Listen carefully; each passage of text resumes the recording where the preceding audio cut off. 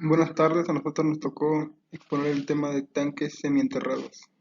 Estamos conformados por mi compañero Morales Estrada David, Alba Alba Samuel Llavet y tu servidor Flores Sánchez Eric. Somos del curso de verano de la materia de abastecimiento de agua.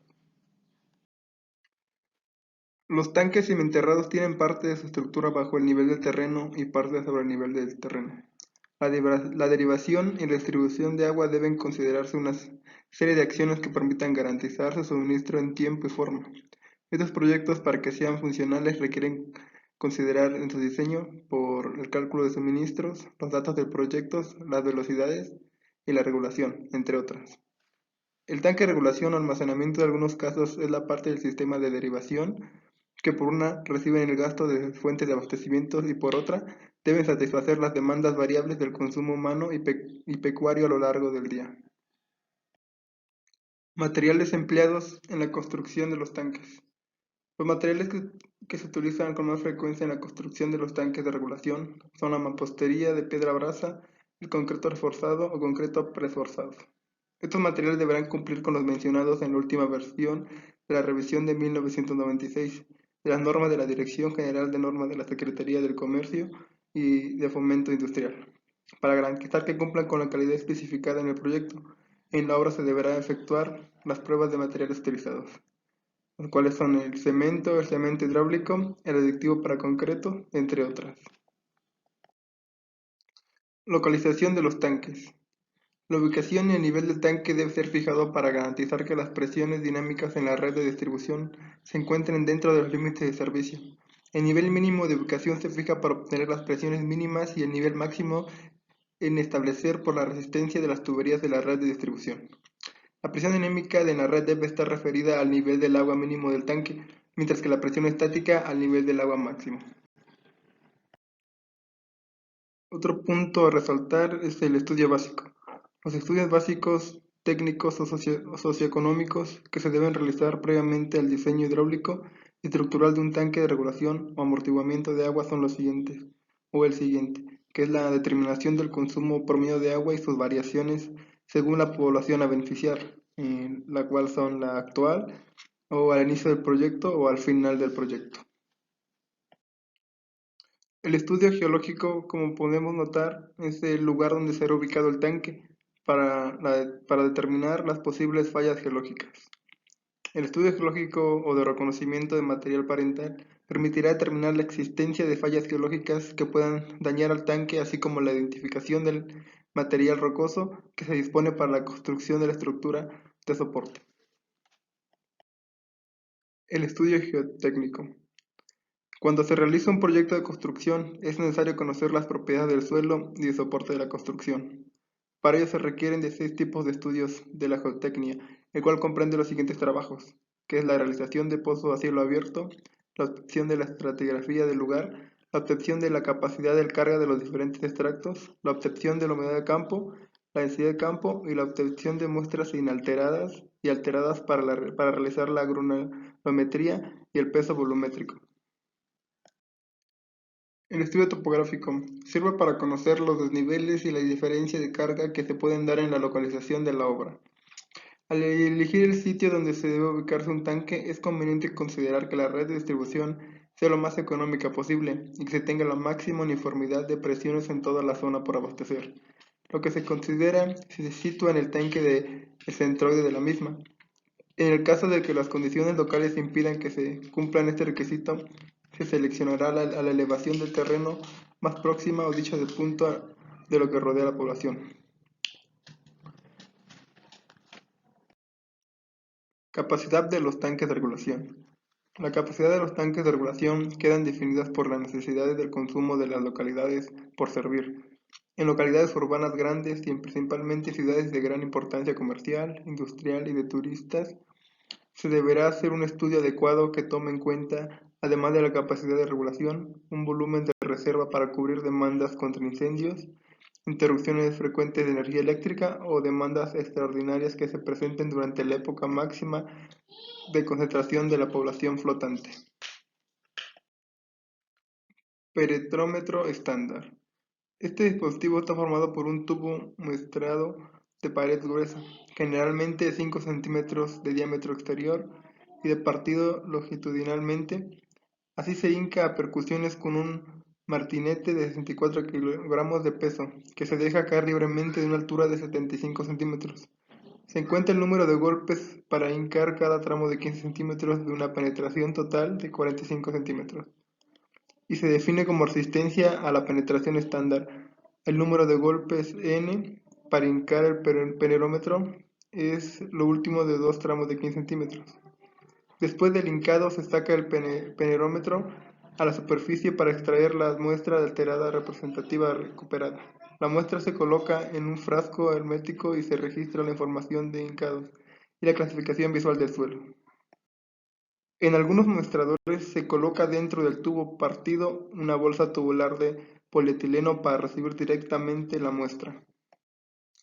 Pruebas de campo, las propiedades físicas y mecánicas de un suelo. Este método se empleará en las propiedades físicas y mecánicas de los suelos.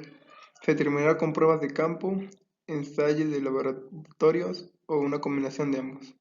El método directo para determinar la resistencia del corte. Estos métodos se emplearán como complemento de las pruebas de laboratorio o cuando sea posible recuperar muestras representativas. Determinación de módulo de formación. Prueba de placas.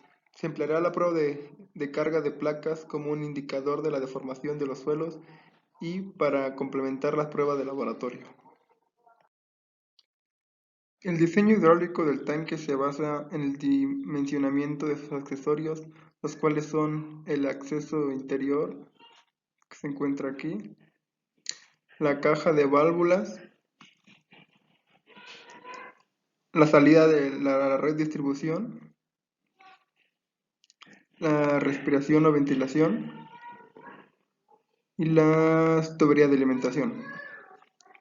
Las entradas en el diámetro de la tubería de entrada corresponde en general al de la fuente de la derivadora.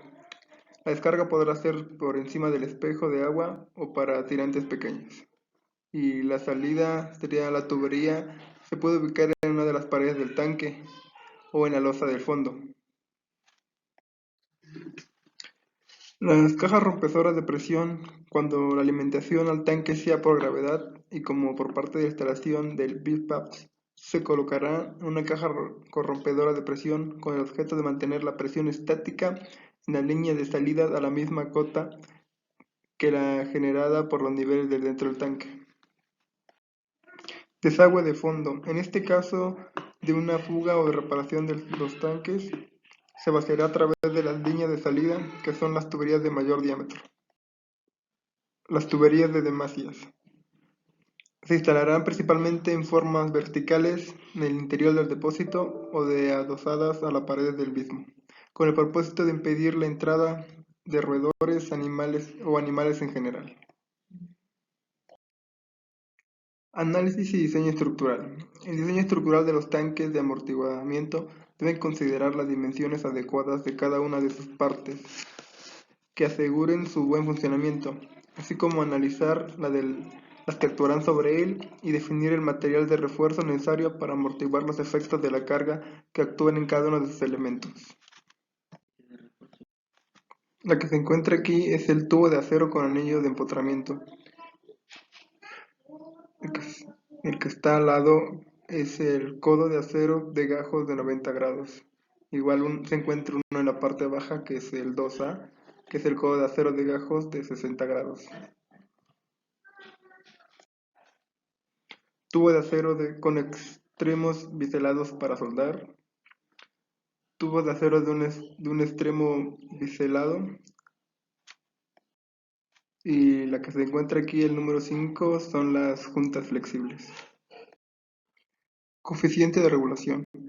La capacidad del tanque está en función del gasto máximo diario y la ley de demanda de la localidad, regulándose ya sea por método analítico o gráfico. El coeficiente de regulación está en función del tiempo, el número de horas por día, de alimentación de la fuente de abastecimientos al tanque, requiriéndose almacenar el agua en las horas de la baja demanda para distribuirla en la de alta demanda.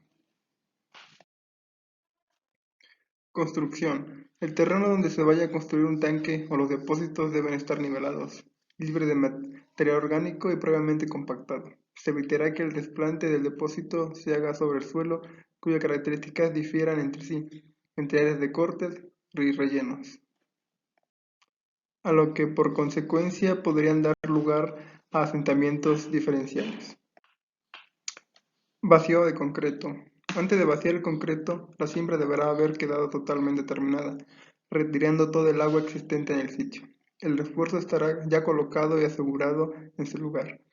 El material de la junta de todo tipo, las anclas y los demás dispositivos embebidos habrán sido previamente colocados y verificadas si tienen una correcta colocación, posición o alineamiento. La CFE recomienda que el cemento normal reciba curado durante 7 días y el cemento de sentencia rápida durante 3 días a humedad continua. El curado posterior puede ser mediante compuesto de forma membranas impermeables. El curado debe iniciarse inmediatamente después del fraguado inicial, o tan pronto como se realice el acabado de la superficie. Sin embargo, debe evitarse rociar con agua fría superficies de concretos que aún estén calientes por su fraguado. La cimbra.